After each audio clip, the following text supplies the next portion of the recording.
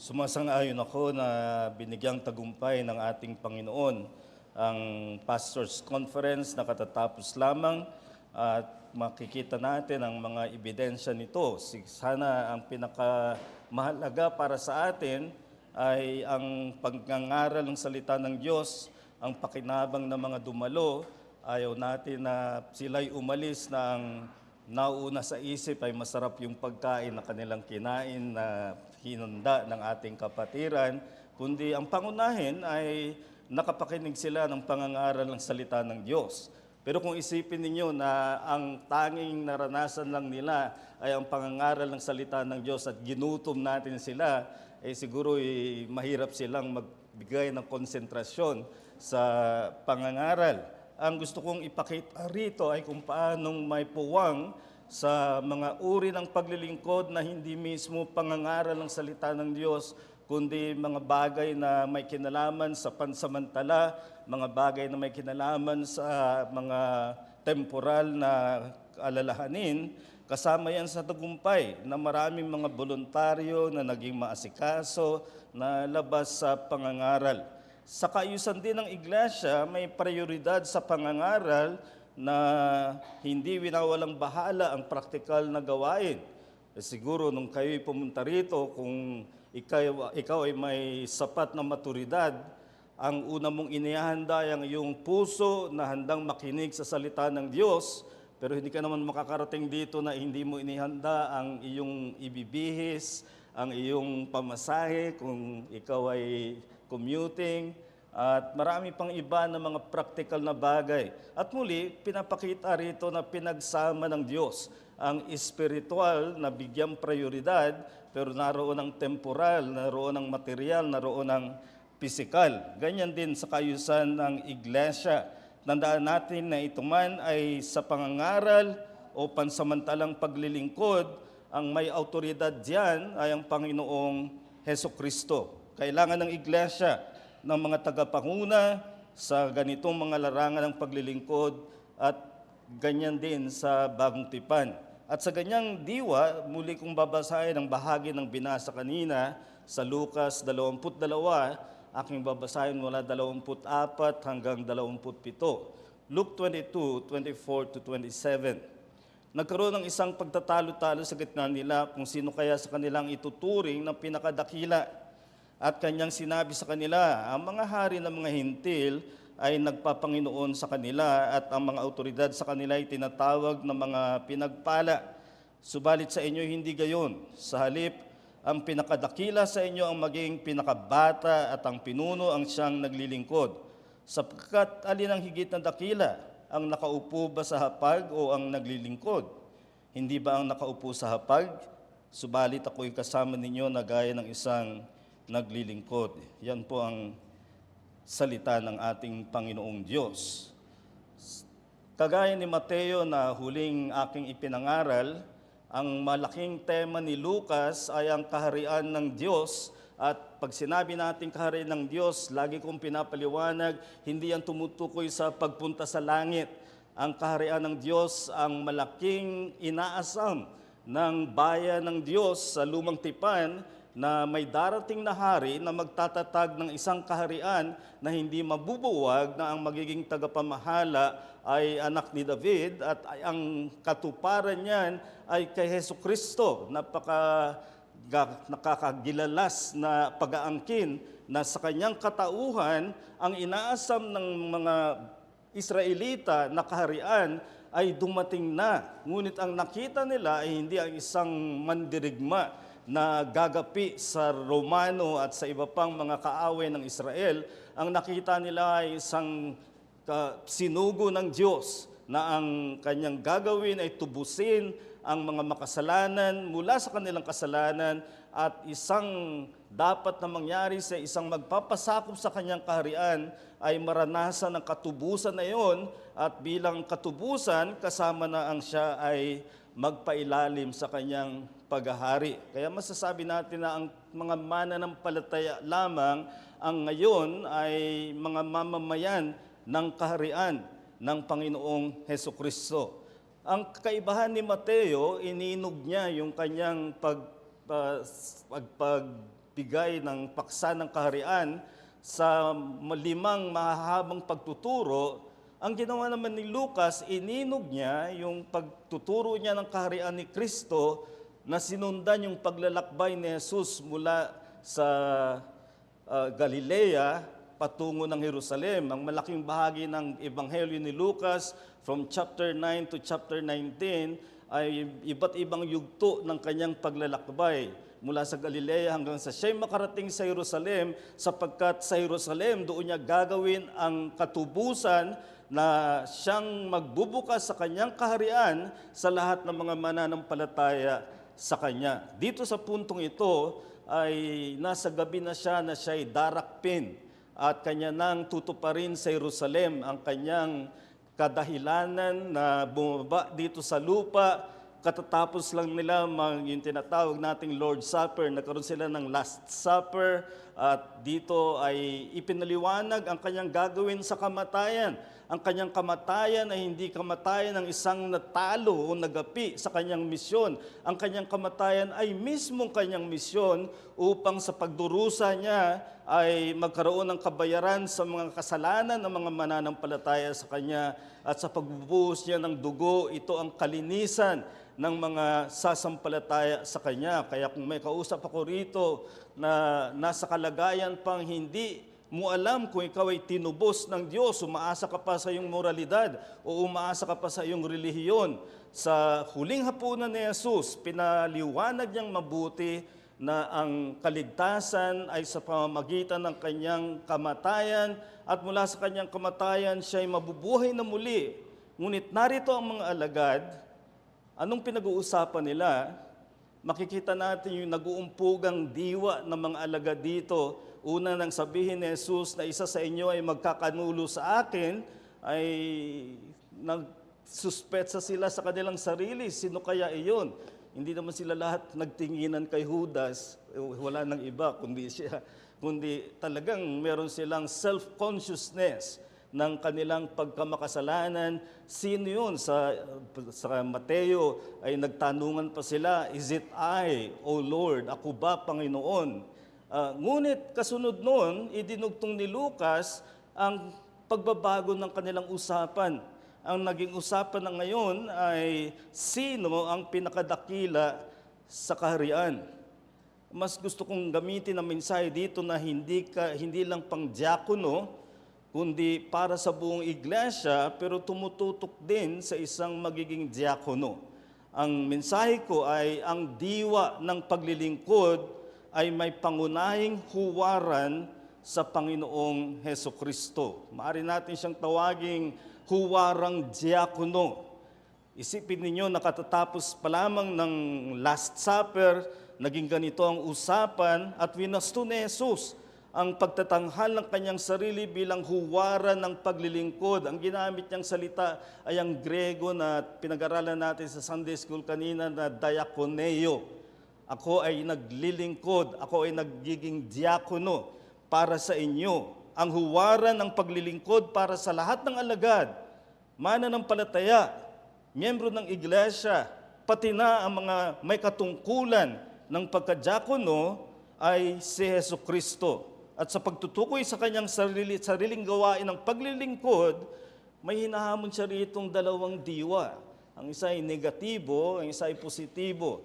Ang una niyang hinahamon ay ang saloobin ng pagalingan. Walang puwang yan sa paglilingkod. Hinahamon niya ang saloobin ng pagalingan. At pangalawa, hinahamon niya ang patunay ng pagsalungat sa mundo. E una tingnan natin, hinahamon niya ang saloobin ng pagalingan. Ito ang pinag-uusapan ng mga alagad. Sino ang kasunod ni Jesus na pinakadakila sa kaharian? Sa una, ang naging usapan ng mga alagad ay kung sino ang magkakanulo.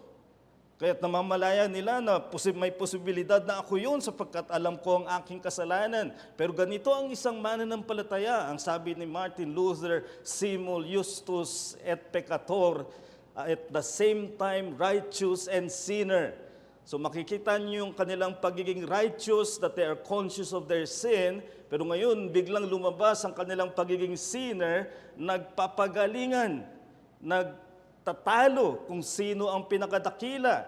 Siguro kung makikinig ka sa usapan nila, nagsasabi sila ng, ito ng mga nagawa ko para kay Jesus, mas marami kaysa sa iyo. At ang isa naman ay magsasabing, ang aking bunga ay mas nakahihigit kaysa mga bunga mo. At ang isa naman magsasabing, marami na akong sakripisyo, kaya't ako ang dapat na ituring na pinakadakila. At ito ang sinaway ni Jesus, ang diwa ng paglilingkod, ang diwa ng pagkadyakono, ay pipigil sa pagpipilit ng pangsariling kataasan o kagalingan sa iba. Madali na punahin natin ang naging asal ng mga alagad. At nangyayari ito sa atin. Ito ang diwa ng lipunan na laging pinagtutulakan. Sa trabaho, sinong pinakamagaling? Sa edukasyon, sinong pinakamagaling? Na hindi masama ang maging magaling.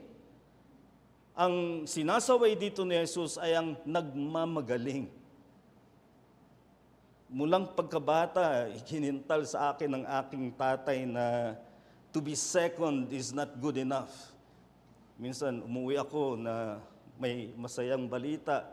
Second honor ako. Hindi ko na maalala ko anong grade. Pero second honor ako, ang sabi niya sa akin, bakit hindi first? Ganyan ang kaisipan ng mga tao na ang pinipilit ay ang mauna sa iba.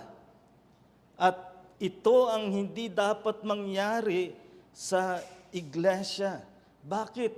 Ang iglesia ay katipunan ng mga taong nagpasakop sa paghahari ni Jesucristo, at kung ikaw ay tunay na nagpasakop sa paghahari ni Jesucristo, tanggal at dapat mawala ang nagmamagaling na diwa. Ang pagmamataas na ito ang hahamunin ng pagkilala na si Jesus ang tunay na may paghahari. At yan ang hinahamon ko sa iyo na hindi pa yumuyukod kay Jesus na siyang tunay na hari ng buhay. Maring pinapairal mo pa na ang hari ng buhay mo ay ang iyong ambisyon, ang iyong kasalanan, ang iyong relihiyon. Si Jesus ang hari. At hanggat hindi mo kinikilala yan, hindi ka mapapasama sa kaharian ng Panginoong Hesukristo. Ngunit kung kilalanin mo na si Jesus ang hari, isa sa mga unang hahamunin ay ang mapagmagaling na diwa. Ito ang naging nakamamangha sa iglesia bilang komunidad ng kaharian ni Hesukristo noong sinauna. Nagsasama-sama ang mga iba't ibang antas ng mga tao sa isang katipunan. Nagtataka yung mga tao noon, bakit ang mga amo, mga alipin, nagsasama sa isang katipunan sapagkat para sa kanila ay may isa lang silang hari, amo man sila o alipin. Kaya kung tayo pumapasok sa iglesia, hindi natin dapat pasan ang mga titulo, mga antas natin sa lipunan, kung hindi pumapasok tayo na pawang mga lingkod ng Panginoong Hesukristo. Tanggalin ang anumang pagmamagaling. Kapag ikaw ay nasa isang one traffic lane, hindi pwede ang unahan. Ang sasakyan mo man ay Mercedes-Benz or baka Lamborghini, mapipilitan kang makiisa lang ng direksyon at pace sa Toyota o kaya sa jeepney o kung may tricycle dyan. Ganyan ang iglesia. Hindi pwedeng magbanggaan kundi sabay-sabay sapagkat pare-pareho tayo ng mga lingkod ng Panginoong Hesukristo. Kaya ang hamon ko sa inyo ay iangkop mo ang iyong saloobin kay Jesus. Siya ang may tunay na mataas na antas, ngunit naglingkod sa kanyang mga alagad. Doon sa katipunan ng 12 alagad kasama si Jesus, ay siya ang talagang dakila, siya ang talagang pinuno, ngunit minabuti niya na maglingkod. At kung ikaw ay nasa iglesia, tanggalin at baguhin natin ang anumang saloobin na may pag-iisip ng pagkaangat sa iba. Hindi ganyan ang iglesia. Ang pamanhik ni Pablo sa Filipos 2:3, huwag ninyong gawin ang anuman sa pagpapaligsahan o pagmamataas, kundi sa kababaan. Ituring na ang iba ay higit na mabuti kaysa sa inyong sarili. Hindi ibig sabihin nito na kahit ang isang tao ay walang kaloob, dahil gusto mo siyang unahin, ay paggagawin mo siya ng isang bagay na wala siyang kaloob. At kung ikaw ang may kaloob, ikaw ang dapat na gumawa ng bagay na yon. Ang tinuturo ni Jesus, kahit na mas mataas ang kanyang antas siya na Panginoon, minabuti niya na maglingkod sa mga alagad. At dahil sa ginawa niyang ito, nagkaroon ng puwang sa kanyang gawain ng katubusan. Dahil handa siyang maglingkod, naging manunubo siya. Yan din ang sinabi niya, Mark 10:45, I did not come to be served, but to serve. At pareho ring salita, diakoneo. Hindi ako naparito upang paglingkuran, kundi maglingkod. At anong kahulugan na si Jesus ay maglingkod? Ibigay ang aking buhay bilang katubusan ng marami. At inaanyayahan kitang maranasan mo ang katubusan ng iyong pagkamakasalanan sa pamamagitan lamang ni Jesucristo. At kung ikaw ay tinubos, mapapasa iyo ang diwa ng paglilingkod at dapat mong palaguin kung ikaw ay nasa iglesia. Kapag namuhay ka sa iglesia na nangingibabaw kung gaano ka nakahihigit sa iba, papatayin ito ang diwa ng paglilingkod. Huwag mong dalhin sa iglesia ang pinagdaraanan mong diwa. Sa trabaho, maring ikaw ang boss. Ngunit pagdating sa iglesia, lingkod kang kasama ng iba. Tandaan natin si Jesus ay hindi lang boss, siya'y Panginoon, siya ang Diyos na nagkatawang tao. Ngunit pinili niya ang maglingkod upang magligtas ng mga makasalanan, upang buuin ang kanyang iglesia, at sa iglesia ay kikinang ang diwa ng paglilingkod, hindi pagmamagaling. Para sa mga magiging diakono o kikilalanin ng iglesia na maging diakono, ito ang hanapin mong saloobin. Para sa mga kapatiran ng iglesia, tayo man ay dapat angkinin ang diwa ng paglilingkod na ang huwaran natin ay si Jesucristo. Nagtatalo-talo ang mga alagad kung sino ang pinakadakila, at ang itinuro ni Jesus, ang pinakadakila ay ang lingkod. Ang diwa ng lingkod ay ano ang pinaglilingkod ko sa mga kapatiran. Nakita ko ito doon sa mga volunteers ng ating pastors conference. Ang kabaligtaran niya ay ang diwa ng pagmamagaling, na ang tinatanong ay anong tinatanggap kong paglilingkod mula sa mga kapatiran. Ang ganyang diwa, pupunuin niya ng angal. Lagi niya makikita anong hindi ginagawa sa kanya, anong hindi nangyayari. Sa halip na katulad ni Jesus, inisip niya ang maipaglilingkod niya. Alam niyo, matagal akong pastor sa Grace Baptist Church ng Los Baños. Nang ako'y pastor, may 6 kaming diakono. May mga matataas na antas ang mga ito. 3 sa kanila ay may PhD. 2 ay may pagkilala bilang National Academician. Ang isa ay naging Chancellor ng UPLB. Ang isa ay naging Vice Chancellor. Minsan nga may nagtanong sa akin, Pastor, ang mga diakono pala ay Chancellor at Vice Chancellor, nagmi-ministeryo ba sila sa iglesia mo? Ang sabi ko, silang tagatutok ng aking fan. Pero ang gusto kong sabihin, makikita mo sa mga diakonong ito, pagdating nila sa iglesia, hindi mo iisipin na sila'y nagpapatingala dahil sa taas nila sa lipunan. Makikita mo silang naguhugas ng mga plato kapag sila'y assigned sa grouping.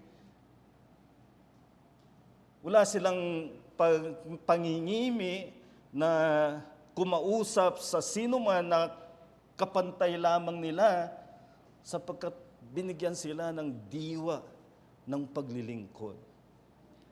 Walang pagmamagaling.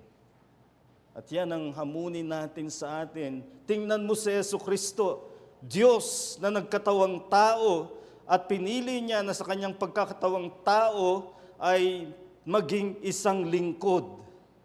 Pwede siyang nagkatawang tao at isinilang sa isang palasyo, isang royalty.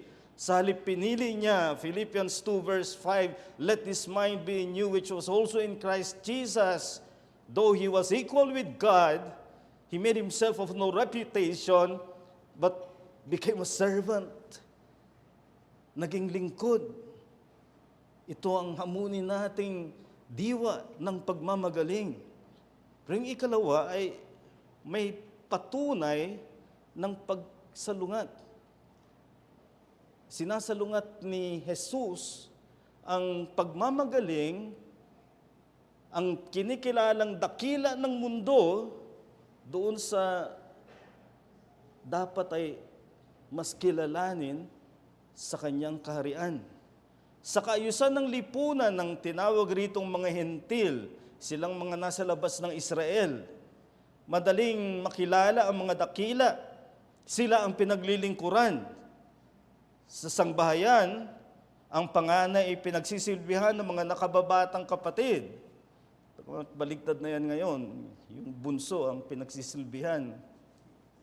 Kasama ko yung bunso namin. Sa mga pagtitipon na may pinaparangalan, sila ang nakahilig sa hapag, ang mga alipin ay naghihintay magsilbi. Kung may balita sa mga handaan, kinikilala ang mga dakila. Pinapakilala ba ang nagsisilbi? Hindi, at wala silang pakialam doon. Ngayon, sa kaharian ni Jesucristo, binago yan, binaligtad yan. Mas kinikilala ang mga naglilingkod kaysa sa mga marangal, sapagkat si Jesus mismo ay naging lingkod. Sa pagiging lingkod niya, binigyang karangalan niya ang gawain ng paglilingkod sa kapatiran. Kung kumakain ka sa isang classy restaurant, ang mga nagsisilbi ang mas nakakakita pa ng kailangan mo, hindi ba, na lalapit na lang sila sa iyo, pupunuin yung baso mo ng tubig bago mo pa malaman na kaunti na lang pala ang tubig. Yun ang kanilang professional training. Pero sa iglesia, it's not a professional training, it is a spiritual attitude. Makikita mo kung ikaw ay sensitibo, anong magagawa ko para sa aking kapatid. Yan ang kaharian ni Jesucristo. Sa mga munting paglilingkod, hindi pinapalampas. Sinabi ni Jesus in Matthew chapter 10, kahit isang basong malamig na tubig ang iyong ibigay sa isang nangangaral, ito ay hindi mawawalan ng pagpapala mula sa langit. Ganyan kinikilala ang naglilingkod. At ang nagbago ng kaayusan na naging ibang iglesia kaysa sa lipunan ay dahil sa kaharian ni Jesucristo. Nang siya'y bumaba at namatay at nabuhay na muli, naluklok siya sa kanyang kaharian at ang umiiral na sa iglesia ay ang paghahari ni Jesucristo at sa ilalim ng kanyang paghahari, bawat isa, anuman ang kanyang antas, ay may magkakapantay na kalagayan at katayuan bilang lingkod ng Panginoong Jesucristo. Kung hindi mo hari sa Jesucristo, ito ay dahil pinaghahari mo pa sa iyong buhay ang ibang bagay at inaanyayahan kitang magkaroon ka ng hari ngayon na totoong hari na nakaluklok. Ngunit ang malungkot, maraming uuwi sa inyo na dala-dala nyo pa rin ang paghahari ng inyong kasalanan, ang paghahari ng inyong relihiyon, ang paghahari ng inyong mga ugali sa halip na ipailalim mo sa paghahari ni Jesucristo. Gawin mo yan ngayon. Lumapit ka kay Jesucristo. Makita mo sa Kanya ang tunay na hari.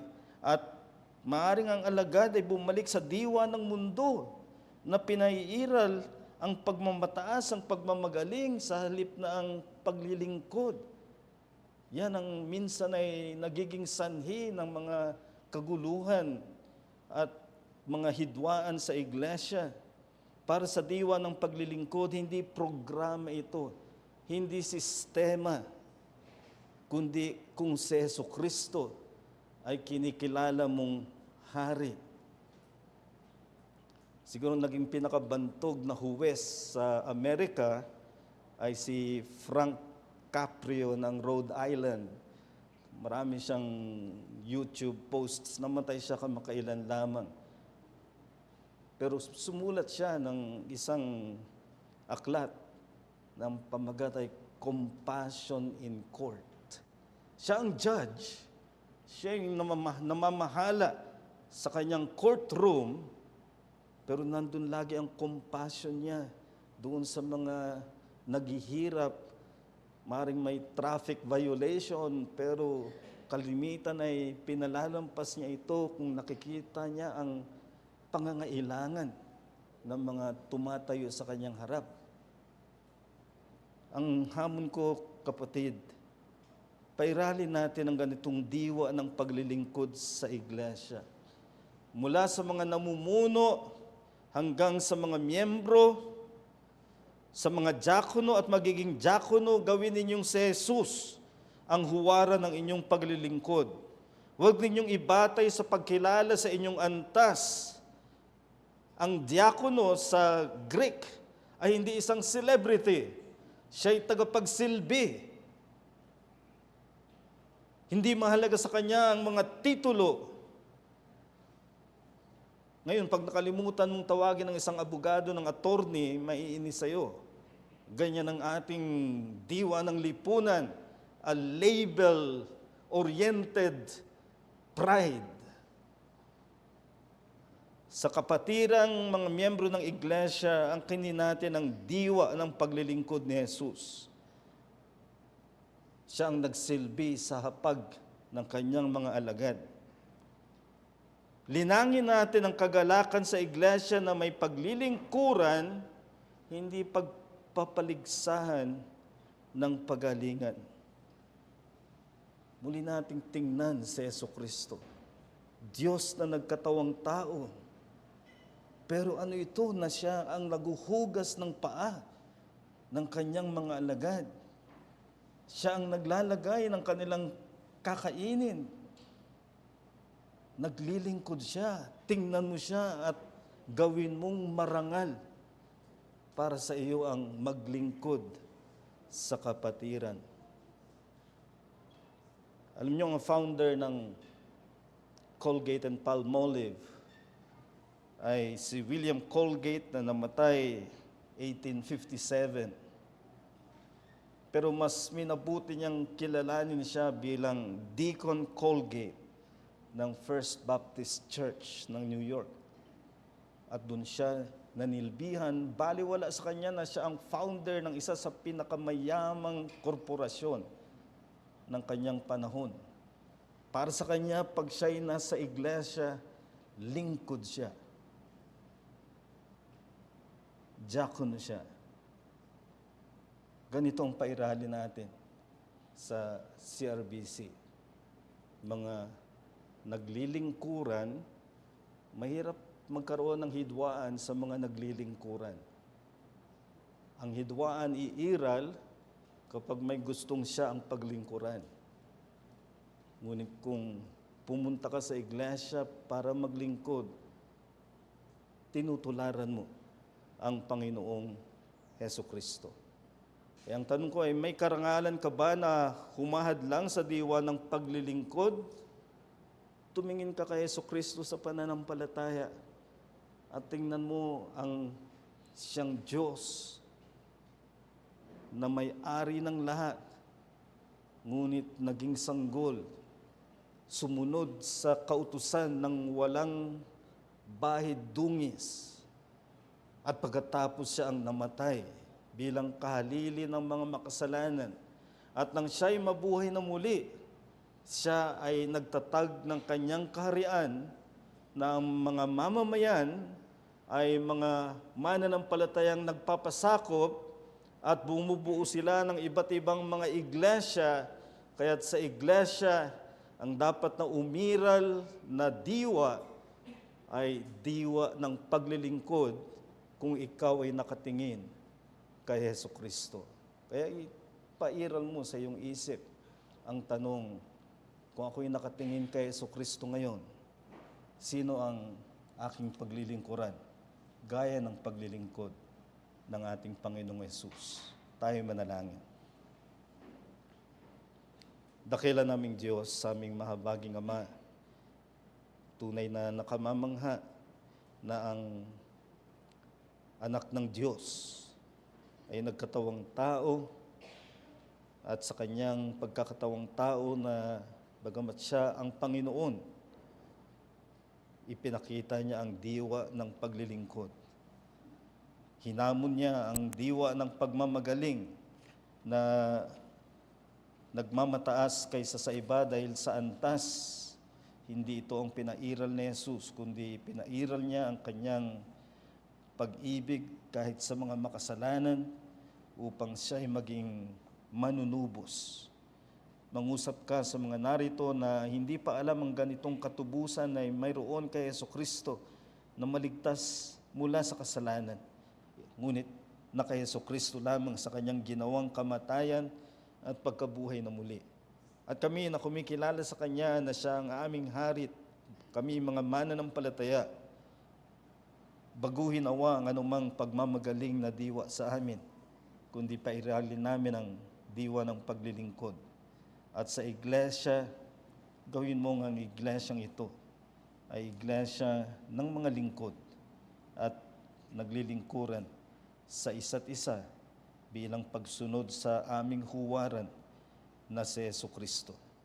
Kaya't naway umiral ang paghahari ni Hesukristo sa iglesyang ito at makita sa ebidensya ng paglilingkuran sa isa't isa.